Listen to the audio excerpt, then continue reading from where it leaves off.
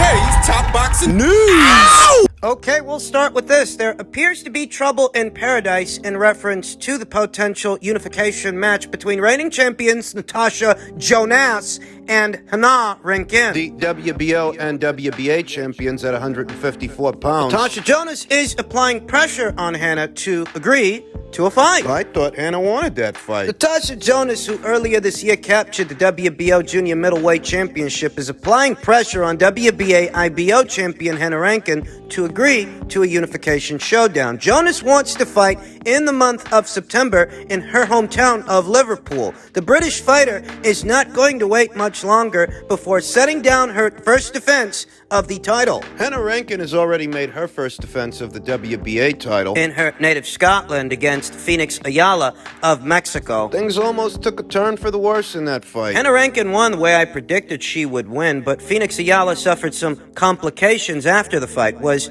placed in an induced coma for some time, but thankfully she's come out of it and she's going to be all right. But still, Hannah has made her first defense of her newly obtained title. Natasha Jonas has it. Natasha Jonas, who says they like to blame it on us. I understand there's a business of boxing, but they're making it difficult, insisted Jonas, speaking to Sky Sports. It's a long time out from the fight date in September, but I want to know who I'm boxing, and regardless of that, I'm not going to wait around forever for her if that's what she wants. If she's unable to secure a fight with Rankin, then Jonas is ready to face several alternatives. She has already floated the names of Marie-Eve Dicaire, Cynthia Lozano, and Marianne Albord. Jonas wants to become the undisputed champion in her weight class. We're in the era, luckily enough, of one belt just not being enough, especially for the females. Everybody doesn't only want to be a champion, they want to be unified or they want to be undisputed. If I could get to undisputed, that would be me done, Jonas said. She has several options, at least three. There's Hannah Rankin, who we just talked about, but there's also Marie-Eve Dicaire, Canada's own Marie-Eve Dicaire, reigning IBF junior middleweight champion. There is also the winner of Bergoult versus Breakus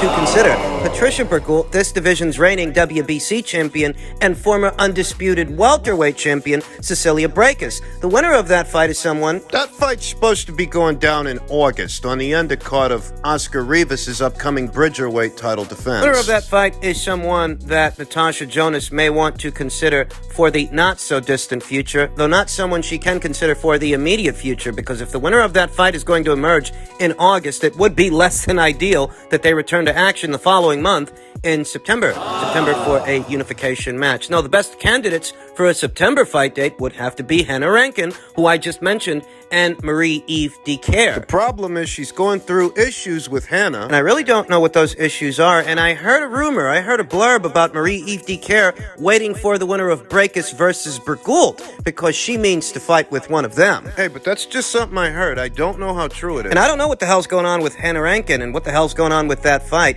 Up until recently, it seemed almost a foregone conclusion that Hannah and Natasha will fight. So long as Hannah makes it through her first title defense, which she did, the fight should be easy to make. Natasha Jonas is with a major network, after all. She boxes under the Boxer banner on the Sky Sports platform. A very big platform in the United Kingdom that can foot the bill to compensate both the fighters, both Natasha and Hannah. And yet, there's still trouble in paradise. It was a very revealing exchange between the champions a little over a week ago. Natasha Jonas stated, over to you, Dennis Hobson of Hobson Boxing, who handles the career of Hannah Rankin, to which Hannah herself replied, to be fair, I think it's over to Ben at Boxer and at Sky Sports, to which Natasha Jonas replied, no offense, Hannah, but your team is stalling. I think you need to speak to them. I spoke to Ben yesterday. I'm not going to go back and forth on socials, but you know what I mean. A date, a venue, purse, and more has been sent, to which Hannah replied, I'm aware it has, and I've replied to your team, to which Natasha Jonas replied with a change of date,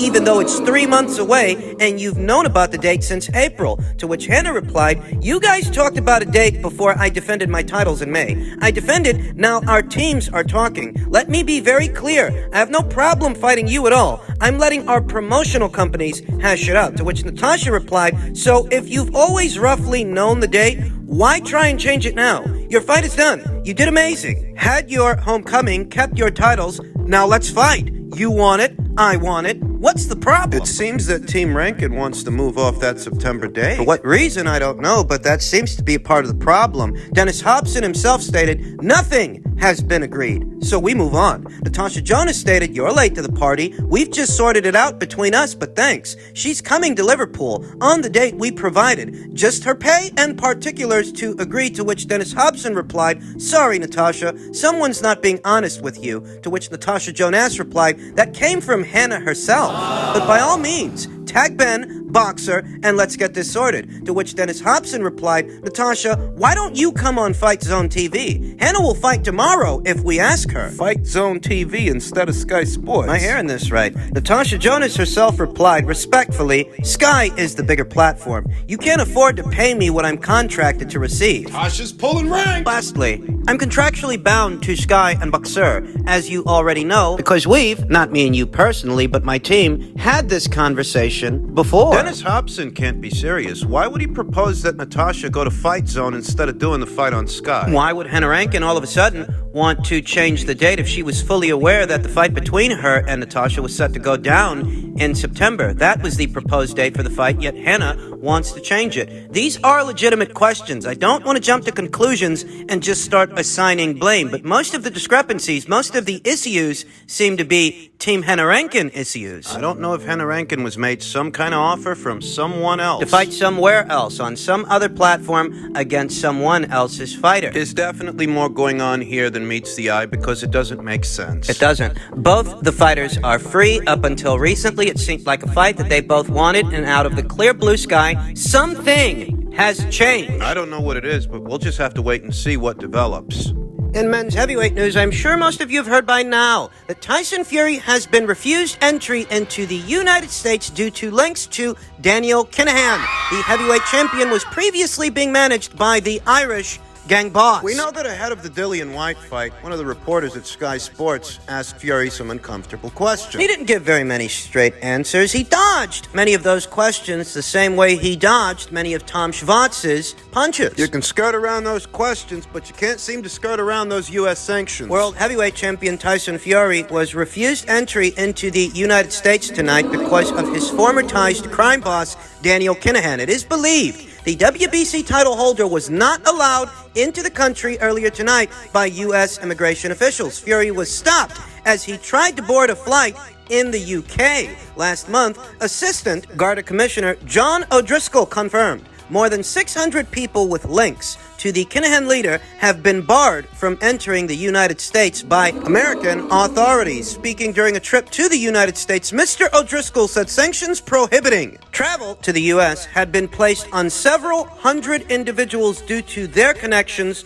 with the Kinahans, including large numbers involved with professional boxing. It's speculated that many of these fighters are MTK Global fighters. Or were, as now MTK Global is a defunct managerial and promotional company. It doesn't exist anymore. They went out of business. They willingly closed their doors due to what they described as harsh and unfair scrutiny. For some time now, they've stressed that they no longer deal with Daniel Kinahan, that he has nothing to do with their day-to-day business affairs, but nobody believes them. And on the heels of news that Daniel Kinahan was being sanctioned by the United States, him and his family, alleged crime boss Daniel Kinahan that has not yet been brought to justice, I might add. The people at MTK made a decision to close their doors, go out of business. Shortly after that, a story was published about 600 individuals that are barred from entering the United States as a result of their relationship with Daniel Kinahan. It's speculated in some circles that one of those fighters is Savannah Marshall, a former MTK Global fighter. I heard a rumor, I heard a blurb some weeks ago, the week of Taylor versus Serrano, that she was supposed to be there, but she was turned away at the airport. For the same reason that Tyson Fury was just turned away at the airport. And you can use your imagination as to what other fighters might also be named on that list of 600 individuals that are barred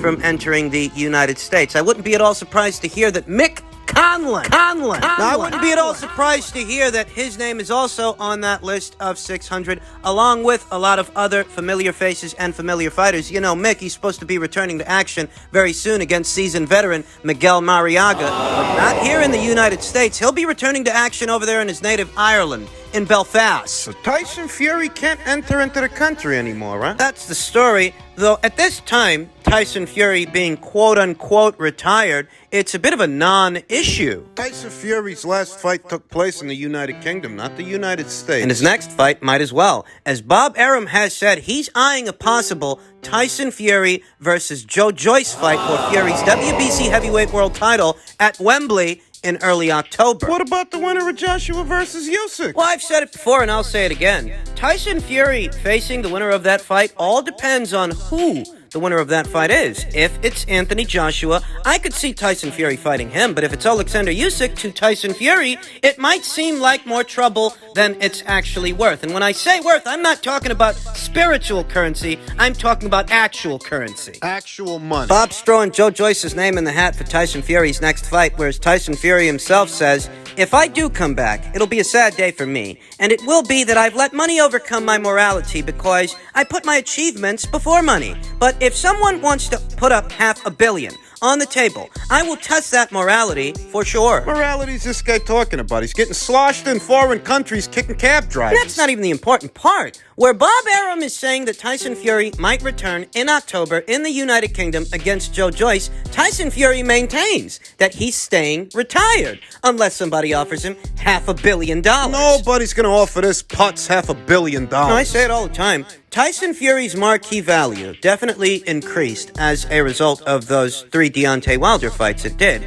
But he's still not as big a draw as Anthony Joshua. There is more money in association with the Joshua versus Usyk rematch than there was for any of those fights that Tyson Fury had with Deontay Wilder, for a perspective. And now he can't enter the United States. In truth, I don't imagine that Tyson's going to be doing much business in the United States moving forward anyway, sanction or no sanction. I mean, if you're talking about potentially fighting Joyce or even potentially facing the winner of Joshua versus Usyk, those fights ideally would take place outside of the United States. How this sanction might affect his corner? Might not affect it at all. Sugar Hill Stewart can always fly to the UK. Fly out to him. If he does end up fighting Joyce, as opposed to the winner of Joshua versus Usyk 2, especially if the winner of Joshua versus Usyk 2 ends up being Alexander Usyk again, well, he might receive some criticism for that. Why the fuck would you fight Joyce instead of that guy? Alexander Usyk beat that guy years ago in the World Series of Boxing. He ain't got no belt. You ain't gonna become no undisputed champion fighting him. So why would you find the time for Joyce, but you got no time for Usyk? Doesn't make sense. So we'll cross that bridge when we get to it. Let's not jump to conclusions. And finally, in men's super middleweight and light heavyweight news, former WBO super middleweight champion Zurdo Ramirez believes measuring Benavidez is equal to glory. The Mexican boxer commented that he is open to fight before him, where he will look to prove that he can talk about at 168 or 175 pounds. Would you like to see this fight? And this information comes to us by way of Box Azteca. Both of these fighters reigned as champions parallel to each other, though on opposite sides of the street some years ago. Zurdo held the WBO title, whilst David Benavidez held the WBC. And this was a titillating matchup then. It's still a titillating matchup now, though then, like now, there were political issues and political boundary lines that prevented such a fight from happening. In truth, here today, in today's boxing landscape, you don't actually need an alphabet title to sell this fight between these two particular fighters. You don't. If you were able to get this thing over the line, and you were able to do this fight, make sure that it happens, the Chicano fans would show up and show out to see it. Because David Benavidez, like Zurdo Ramirez, is a guy with a lot of size, punching power, and volume. It has all the makings of an action fight, even if it's not a title fight. You don't need a title to sell this thing. It would help, and ideally, there would be an alphabet title on the line in order to spruce things up. Though overall, even if there weren't an alphabet title on the line, and you announced Zurdo Ramirez versus David Benavidez sometime later on this year in either the West Coast or in David's native Arizona, it's almost a guarantee this thing sells out. It's almost a guarantee that this would be a commercially successful fight. Some of the same things that make David a formidable fighter in the super middleweight division are the exact same things that made Zurdo a formidable fighter at super middleweight and still make him a formidable fighter at light heavyweight. One division north of where David campaigns. Big guy, pressure guy, volume guy. Physically imposing size, durable. Mid-range to inside fighters, the both of them that have mean streaks. If David Benavidez were to fight Zurdo Ramirez, you'd get a bigger fan reaction, a bigger fan turnout than if he fought Caleb Plant or Demetrius Andrade or even Jermall Charlo. I'm not kidding. This is a commercially viable fight. David Benavidez, the orthodox fighter, and Zurdo Ramirez, the southpaw, Zurdo meaning southpaw in Espanol. It's all in the name. It has all the ingredients, all the makings of an all-action, all-Mexican shootout. I don't even know who'd win that fucking fight. That's what makes it so appealing, so intriguing, though sadly, I'm not sure we're ever going to get to see this thing because of the political boundary lines. You know, David Benavidez being a PBC fighter, Zurdo Ramirez fighting under the Golden Boy Promotions banner. If Golden Boy didn't allow Jaime to cross over to have a title fight with Jermall Charlo, what are the odds they'd let Zurdo cross over to have a non-title fight with David Benavidez? Zurdo seems in hot pursuit of Dimitri Bivol anyway. Reigning WBA light heavyweight champion Dimitri Bivol, who boxes on the DAZN platform the same as Zurdo. That's a more realistic fight than a David Benavidez fight. David, who's downstairs at super middleweight over there on the Showtime PBC side of things. I love the idea of Benavidez versus Ramirez, but I know it's not realistic. I know there's a chance it don't happen. A legitimate chance, though Zurdo says that he's receptive to such a fight. Well, what about David Benavidez? What does he think about it? Would he be receptive? Is that a fight that he's willing to entertain? Last news I heard in reference to David Benavidez is a potential David Morrell fight at super middleweight. David Morrell, the WBA's regular champion at 168 pounds. Not a bad fight, if I'm being honest. I've been waiting for that fight. And if they do, in fact, get it over the line, no complaints from me. Though as far as a move upstairs to light heavyweight, potentially fighting Zurdo, I've never heard David Benavidez address such a proposition. And even now, it doesn't look like he's going to be moving up to light heavyweight in the near future. Doesn't look like Zurdo can make super middleweight anymore. So wonder David Benavidez is still making super middleweight. Sadly, Ramirez versus Benavidez as a fight might turn out to be the one that got away. One of those kinds of fights.